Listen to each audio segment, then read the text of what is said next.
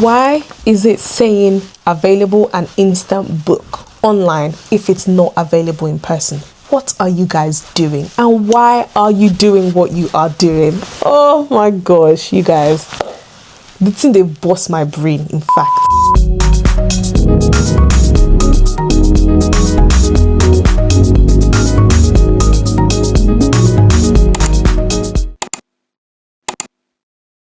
Hey guys, how are you doing? How's it going? Welcome back to my channel and welcome back to another video on the Blessing Anya's channel. If you're new here, you're welcome, and if you're returning, welcome back. If you are new here, do remember to subscribe, like, comment and share and all that good stuff. Make sure you do all of those to join this family and click the notifications bell as well so you don't miss any new videos.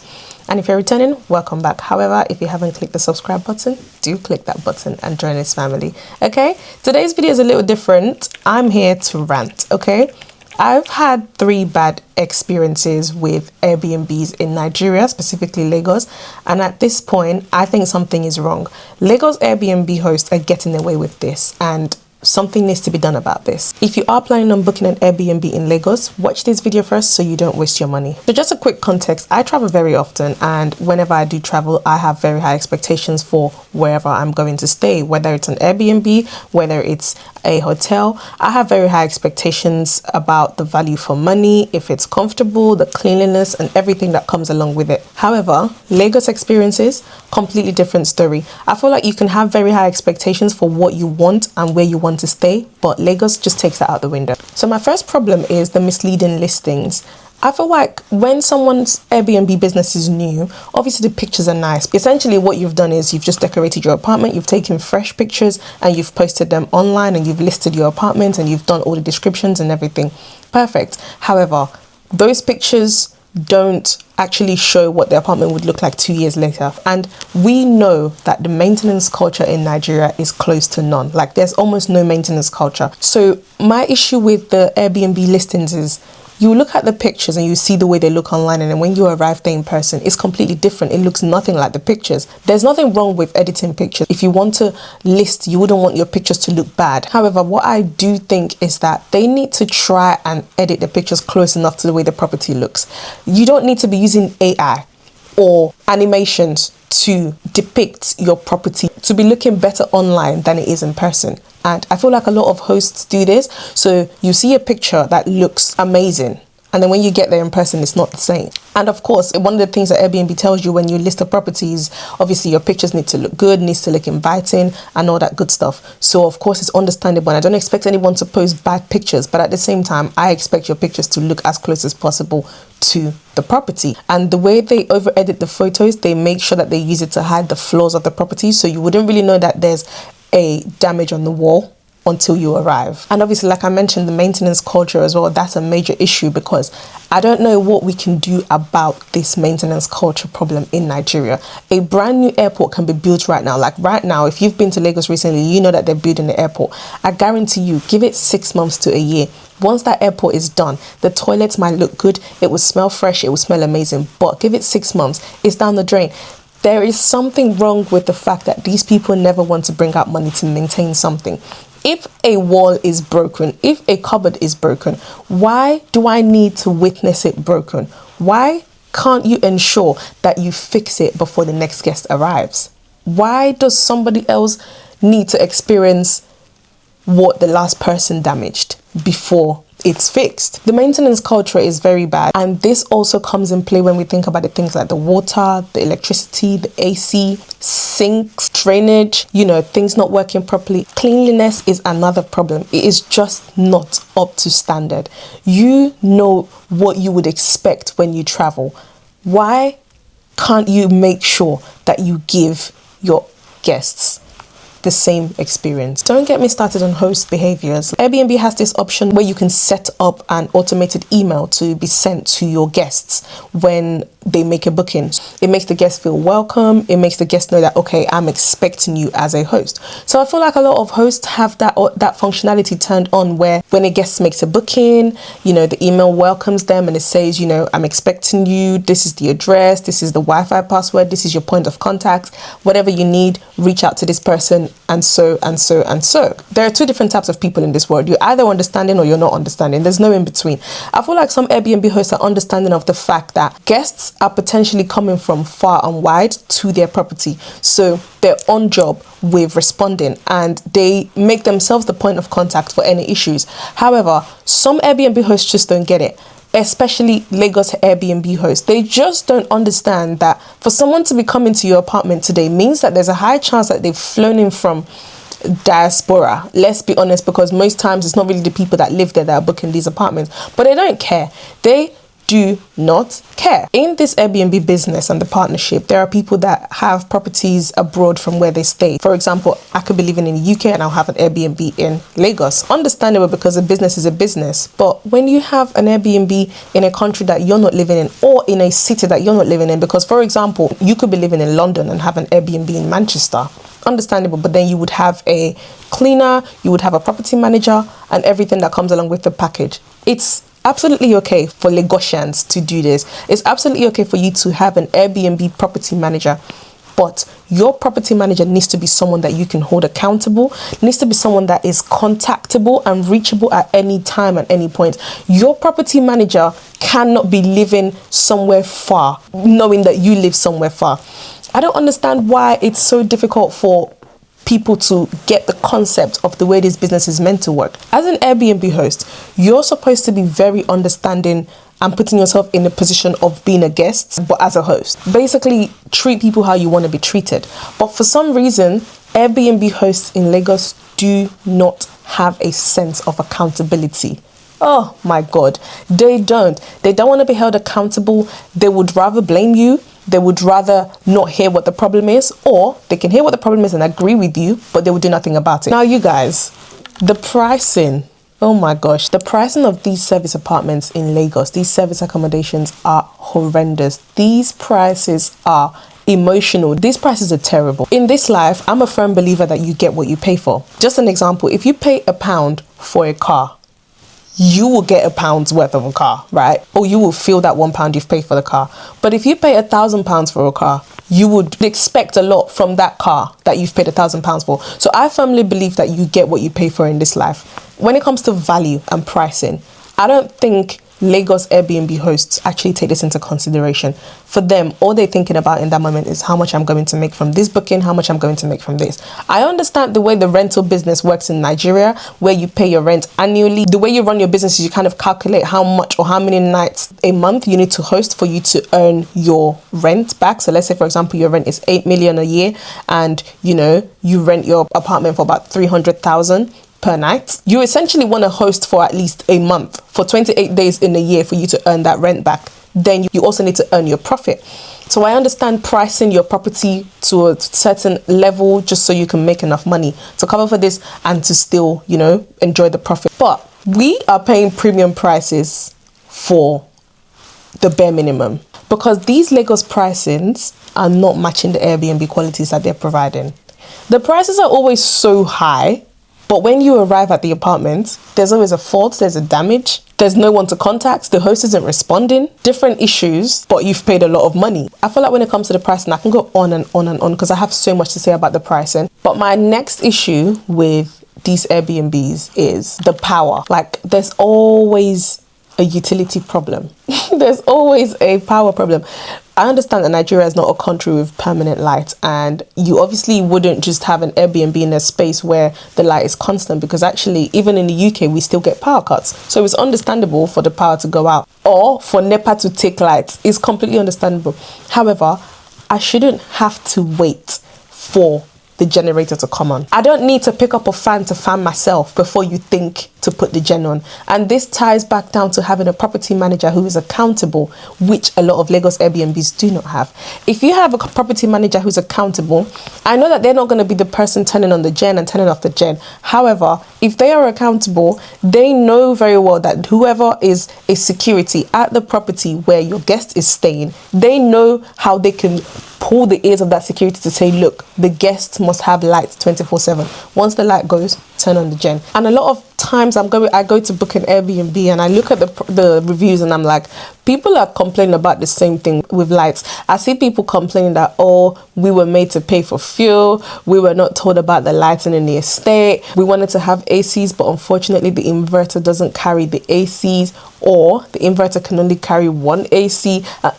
I'm like, my Jesus, if you are going to do a business, please do it properly. Airbnb is an American company and they have kind of given this platform to us all around the world, within UK, in America, all over Africa, to do business with. But one thing Nigerians do not want to do is play by the rules of Airbnb. But Nigerians don't like the fact that Booking.com have a percentage to take. Nigerians don't like the fact that Airbnb need to take a percentage. Nigerians don't like the fact that Uber has to take its percentage. I really don't want to rant without context, so I'm going to tell you guys a few of the experiences that I've had with Airbnbs in Nigeria. So one of my experiences that I had in a Lagos Airbnb service apartment, the first time was in December 2024, specifically 31st of December 2024. It was a group of siblings traveling. We had our 10-month-old niece with us. We booked an apartment and the host had the whole automated message that welcomes you when you make a booking and everything.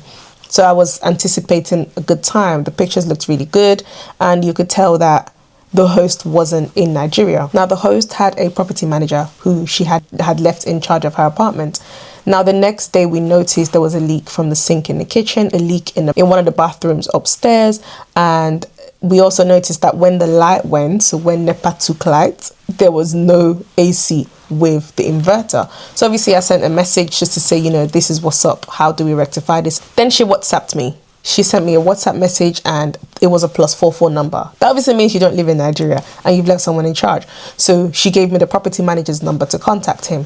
And I think she was probably stressed from where she was, trying to, you know, figure out how to make her guests comfortable so she doesn't lose the money and everything. I called the property manager to say, this is what's up. I've spoken to the host and she has advised me to call you. I told him what the issues were. I told him we were having issues with the inverter. I told him we had a 10-month-old baby with us, everything.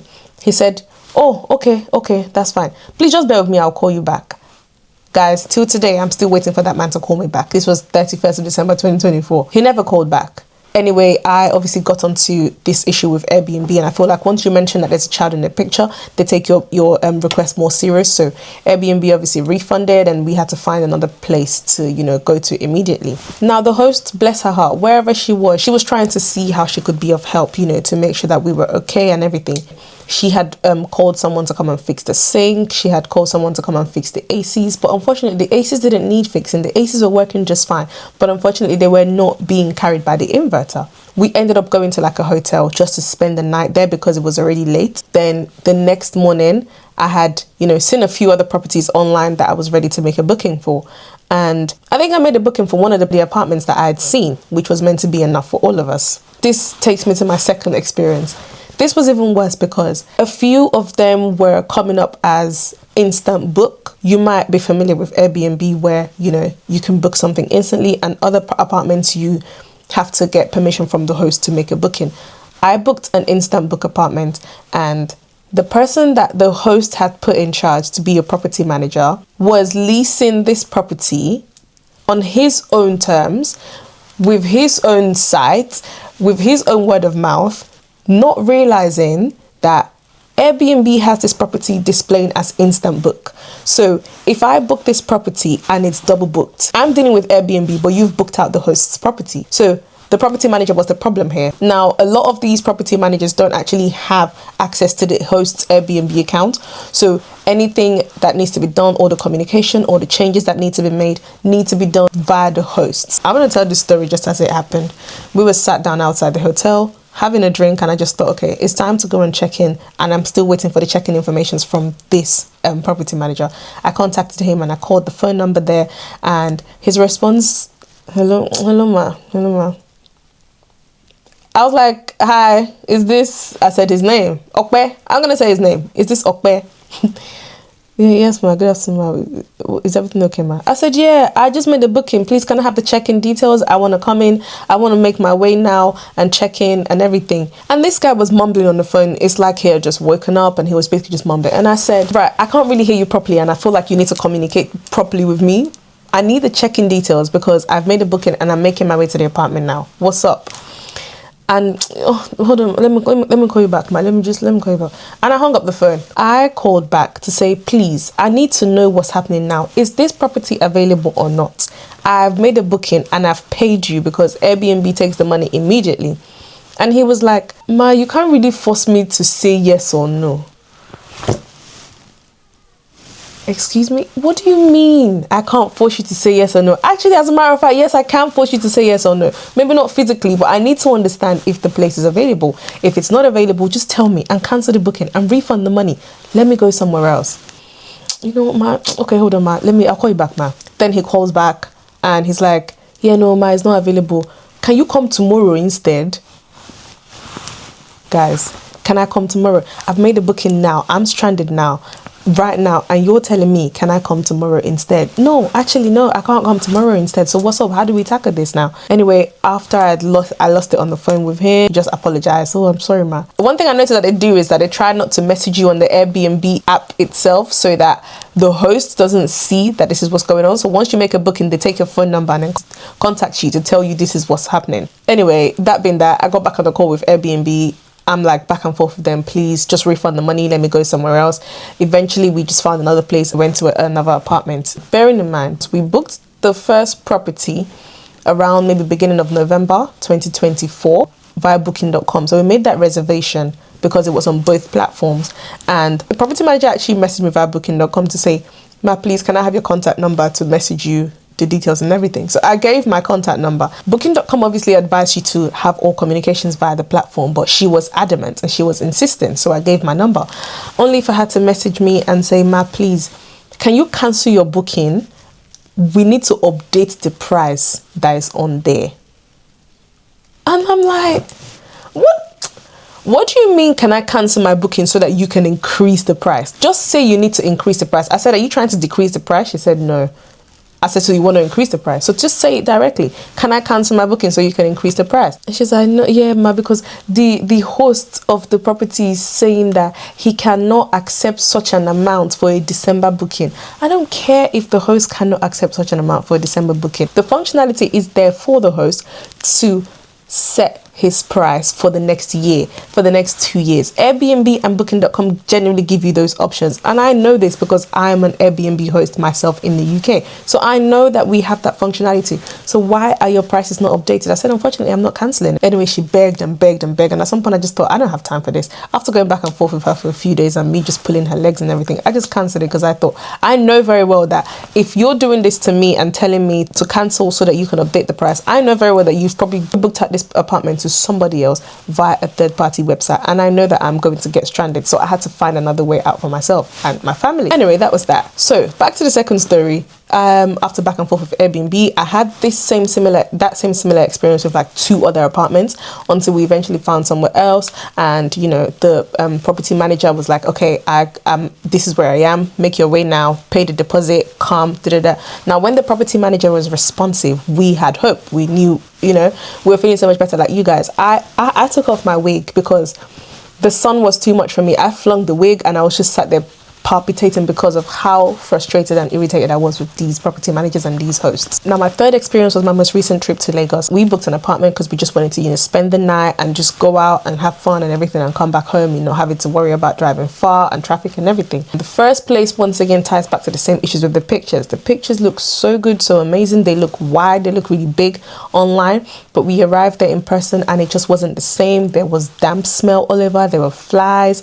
The place was very small, very compact, it was very humid, and there was a property manager there. She was, I believe she's the cleaner, so she's the one who sets up the apartment and everything. She did her best for what she believed is, you know, meant to be a property up to standard for guests, but unfortunately it just wasn't enough. And even if I wanted to manage it, the people I was with were not willing to manage it, so we obviously contacted the host and we said, we are leaving, the host was like, okay, that's fine, just tell Airbnb to cancel it, because when it gets to a certain stage, you obviously get charged for late cancellations, despite if it was a last minute booking. I contacted Airbnb and Airbnb cancelled it and then refunded it to Airbnb credit. So I used that Airbnb credit to book another apartment, and now this is where everything went left. All hell broke loose with this new apartment. This apartment is kind of where I draw the line with, service accommodations in Lagos. Between the time of us leaving the first one and making our way to the second one, guys, I kid you not, I received up to 20 missed calls, and before you try to answer one, another one is coming through. What had happened was the apartment has come up on Airbnb platform as instant book. So when you go to click and pay and book it, the automated message comes through and everything. I went to check the property details, and lo and behold, there were 5 different co-hosts on the listing. So there was one host and then there was 5 other people. Now, the host himself had an automated message which obviously welcomes you. Thanks for your booking. This is your contact number. Contact them. Any issues, da da da da. My Airbnb account has my UK phone number. One of the co-hosts reached out to me on the UK phone number. I'm reaching out to one of the contact numbers on the automated message. I'm trying to reach out to the second contact number on the automated message to say, please give me the check-in details, I'm on my way. It was only about a 15-minute drive away. So one of the ones that I spoke to, she said to me, have you filled in the form? I said, no, what form? Nothing came through. She said, okay, that's fine, I'll send it to you now. She sent it to me, I filled in the form and I sent it back to her. Now, I had a feeling, I knew what was happening. I knew that there was no other reason why they were all trying to contact me, because I'm sorry, you can't all be contacting me to tell me to fill in this so-called form, right? It's not that much of a necessity for you to all be ringing me like this. I knew something was up, but I was having faith that it wasn't what I thought it was. And you guys, she contacted me and she said, please, ma, fill the form in. And I filled the form and I sent it back to her. Then someone else called me and said, ma, have you filled the form? I said, yeah. And then trying to hang up, and I'm like, just give me the check-in details. Like, oh, ma, let me call you back. This one calls me, hello ma, did you fill the form? Yes. Okay, let me call you back, ma. Like 5 of them. And I'm like, what's going on? Then they started messaging me. They're not contacting me on the Airbnb messaging platform. They are contacting me on WhatsApp. So Airbnb can't see what's going on, and neither can the host. I had enough patience for them until I eventually got through to somebody and I said, what is going on? They were like, ma, the reason is that this place is actually not available. No! God, please, no! No! No! No! For crying out loud. Ah! Why is it saying available and instant book online if it's not available in person? What are you guys doing? And why are you doing what you are doing? Oh my gosh, you guys. The thing, they bust my brain, in fact. I'm like, why does it say available if it's not available? Oh man, it's been double booked. Da, da, da. Now on the co-host lists, there was a specific person's name that comes up as property manager. So I got through to him and I blasted this guy. And I said, look, you guys are pieces of trash. You are pieces of... And I was saying things I wouldn't do on a normal day when I'm arguing. I was doing it to this guy. Because first of all, the irritation was there. I was tired, I was hungry, I was stressed. I just wanted to relax. And now you can be okay, but when your family are not comfortable either and they're traveling because of you. He was like, yeah, sorry, ma. We're so sorry.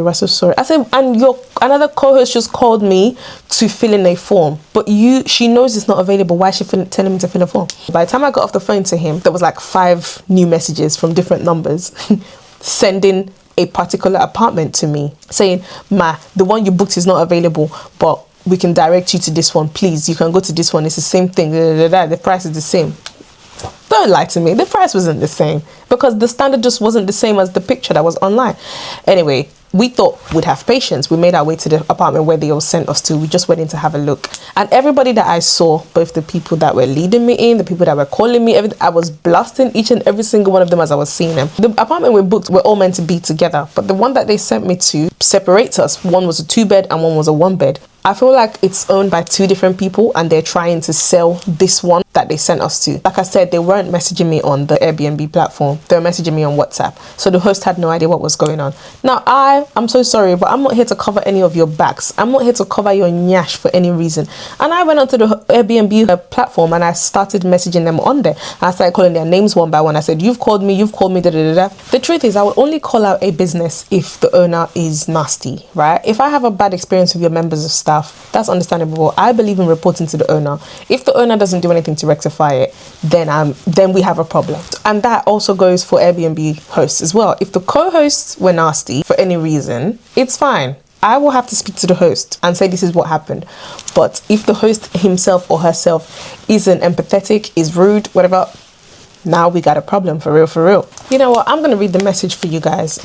After I received the automated messaging, I sent a response back about 3 minutes later and I said, thank you so much. I will contact the numbers as we are making our way to the place now. Then guest services, the co-host, messages me saying, hello, Blessing. We are trying to reach out to you via a green app. That's obviously WhatsApp. And I said, I've already reached out to someone via WhatsApp. Is everything okay? I filled in the form. They were like, yes, ma'am, everything is fine. We just sent you a message. They were literally speaking in codes. And I said, I just need the check-in details. This is like maybe 30 minutes later. I said, I just need the check-in details. I'm not really sure why I'm receiving multiple messages from multiple people sounding unsure. Then a different co-host messages on the chat saying, my colleague will give you a call right away. About an hour later, we had now gone to see everything else was happened off this platform, off Airbnb platform. And we'd seen the apartment and we just thought, nah, this isn't worth it. We're going back home. And then I sent a nasty message to them at 6:04 p.m. and I said, it seems as though this business isn't being ran with regards to potential guests. I booked this apartment and the so-called co-host directed me to a different apartment because this one is apparently not available, despite it being available on the Airbnb site. Unfortunately, I wouldn't be staying at the alternative apartment because it is separated, which means we would be separated from each other. And it's also not very clean. It's unfair to have to make me drive 15 minutes to it after I'd already arrived at the first one. Bearing in mind, I booked this space after the initial one I had checked into was not conducive for myself and my siblings. So you guys have literally added to my disappointment. Please go ahead and cancel my reservation and refund my money. 30 minutes later, I'm trying to get through to everybody to, now, if I can't stay at this apartment, you need to cancel and you need to refund me. Remember, there are co-hosts on this listing. So I said, I'm not sure why I can't get through to anybody all of a sudden. Please, can you cancel this reservation on your end and issue me a full refund? It's only offering me a partial refund from my end when I try. I need this done ASAP so I can book somewhere else urgently. I'm stranded. Still no response. I knew, obviously, I would get my money back from Airbnb. It's quite difficult contacting Airbnb from Nigeria via the phone call, so you'd have to message them and everything. So I was trying to message and they just weren't understanding my messages. So I thought, either way, when I get back to UK, I'm going to get my money back from you guys. So I'm not fussed. I'm not bothered. So I just kind of left it. 2 days later, I sent a message. Bearing in mind, before I sent this nasty message to them, I had already sent a message to the host himself. I'll tell you guys what I said to the host. Hi, I trust you're well. This is Blessing and I booked your apartment. I just wanted to report the situation to you and express my disappointment. I reached out to the first number on your automated message and she asked me to fill a form, which I did and sent back immediately. They had all started messaging me both on Airbnb messaging, UK WhatsApp and Nigerian WhatsApp. I got to the location and when I asked for the check-in details, they started telling stories and saying the place isn't available. Then directed me to another apartment which isn't conducive as it's even a 2-bed and a separate 1-bed. We are a group of siblings traveling together and I'm so highly disappointed that this was the case. I had to bring this to your attention just in case you're not aware of how your business is being ran here. I will take it up from Airbnb from here. Thanks, many thanks. I sent this message on the 4th of April after I had been blasting on the Airbnb group chat. Then on the 6th of April, I sent another message to the chat. Hello. All the hosts on this apartment have read my message and ignored me. Why is it so difficult to cancel the reservation and refund my money? I expressed the urgency in this matter to all of you, but you have chosen to ignore me. If you were the one in this position, how would you feel? I'm a host myself and I would never treat guests in this poor manner. I spoke to someone called Daniel yesterday. He said his boss was on it to cancel my reservation, but up till now, nothing has been done. If I don't get a response within the next 6 hours, I'm reporting this entire apartment, the hosts, the co-hosts to the Airbnb authorities, and I'll ensure that the business is affected, even up to social media and web reviews. I'm not a mean person, but since you all want to be horrible, I can equally go lower and finish the job. I ended my message by saying, I don't understand what is so difficult in cancelling a guest reservation and indicating that you couldn't accommodate the guest due to your own irresponsibility and lack of ability to manage a serviced apartment properly. They've all read the message. This was on the 5th. Then this man responds saying, hi, apologies for the slow response. I am unable to cancel directly. Then he sends a screenshot saying, contact us to cancel. He now said, currently speaking to Airbnb so they will help cancel and issue a full refund. Eventually that was cancelled on the 7th. Now this man responded to my WhatsApp message on the 9th saying, Hi, I want to apologize for how we treated you. It was unplanned. Our property management did not sync with Airbnb, so that particular property became overbooked. I hope you were able to find a workable alternative. His message means he knew that his property is being managed on both platforms. This ties back down to what I say about the double booking and everything. My thing is, I'm an Airbnb host here in the UK, and I've had an issue before where I've had a double booking because I had my property listed on Airbnb, booking.com, and one of the other partner sites, Agoda, and I realized that Agoda generally has issues with synchronizing properties. I had the first incident and I contacted Agoda to cancel the booking, and they did. The second time I had that incident, I realized that no matter how much I try to synchronize the properties, it's actually just not syncing. I just deleted my property off Agoda. It's not worth it. There's no point. This is something you should do with common sense. If your property is being booked on somewhere else, if you feel like the functionality isn't working, what's so difficult in deleting it from that other platform? Just delete it. Save yourself the stress, save guests the stress. At this point, I don't think it's just the host, it's the system. Nigerians just don't know how to maintain things. It's the greed, to an extent also selfishness, because you want everything, you just don't want to give what people are paying for. The lack of regulation, and it's the fact that just anybody can just list a property without proper standards, and that's where the issue is coming in with the Airbnb system. The reason why I keep saying especially Lagos is because I've not had a bad experience with Airbnbs in Abuja, and I've not had a bad experience with Airbnbs in Port Harcourt. Those are the only three places I can speak of. If you're going to book an Airbnb in Nigeria, especially Lagos, I'm going to tell you 4 different things that you should know before you make an Airbnb booking in Lagos to make sure you don't waste your money.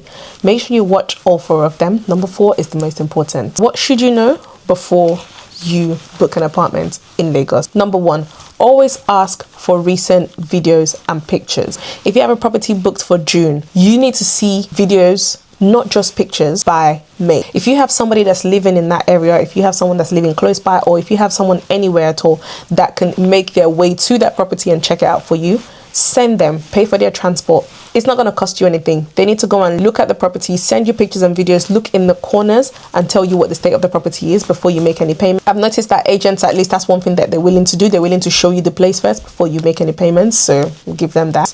Number 2, check the reviews properly, not just the ratings. If you wanted to look at the reviews based on the ratings, filter it to the 1 star and have a look to see exactly what the 1-star guests experienced, because there's a high chance you will experience the same thing or even worse. Number 3, confirm the Wi-Fi, the fuel, the inverter, the lighting issues before you make a booking. I've seen so many Airbnbs with reviews like, we had to pay for fuel, there was no fuel, I understand that the fuel issue in Nigeria right now is a major problem, but ask what the terms are. Ask if the inverter carries the ACs. If it doesn't carry the AC, it's not worth it, unless of course you're perfectly fine with the fan. I know I'm not when I've paid all that money to stay in an Airbnb. Number 4, and this is the most important, have a backup plan. If I turn up there and it doesn't work, what am I doing next? You need a backup plan, because I guarantee you, despite everything we've said, you can send someone to check it and whatnot, you might get there and you will still be disappointed. My honest conclusion is that I'm not saying all Airbnbs are bad in Lagos. I'm not saying all Airbnb hosts are bad. But what I'm trying to say is that there is a massive number of the bad ones, and that number is outweighing the good ones. It's almost impossible for us to see the good ones. Personally, I might just start sticking to my hotels, because I feel like there's nothing like a hotel. There's always going to be someone there that you can contact at every point, or trusted apartments. Like, it's either a hotel or trusted apartments. But this whole Airbnb self-service DIY, I don't think it's working, especially for Nigeria. And I feel like a lot of these other apartments are probably more on job when it comes down to the beginning of December, because they know that people are coming home for dirty December. So they know that they want to pack the money. So they probably behave themselves for that duration of time. But once that's done, it's like everything else is to the curb. Once again, I'm not saying don't book it, but if you're booking it, be very careful and make sure that you have a backup plan. Also, you can't negotiate the prices with these agents or these hosts. If you feel like the price is too much, guys, compare the price to other places you've been to. Compare the prices to other times you've stayed, especially if you're returning to that apartment. Compare the price and just ask them if you can pay this. Let's say, for example, they have 200k listed. Can I pay 190? Can I pay 180? Bargain with them, because most times they've put that solid percentage on there so that they can profit from it, as well as the host, especially if you're dealing with an agent or property manager. So just ask if you know, you can pay something less. You never know, they might say yeah. Honestly, for me, 3 times is more than enough. I've learnt my lesson. Once bitten, twice shy. Anyway guys, that's my experience with Lagos Airbnbs and service accommodations. I know that there's also been people that have had bad experiences as well, so I really want to hear about it in the comment section. And if you've had better experiences, I also want to hear about this too, because I don't believe they've all been this bad. Thank you so much for watching, and remember to always stay intentional and be vigilant. If you've enjoyed this video, make sure you like, comment, subscribe and share, and I will see you guys in my next one. Goodbye.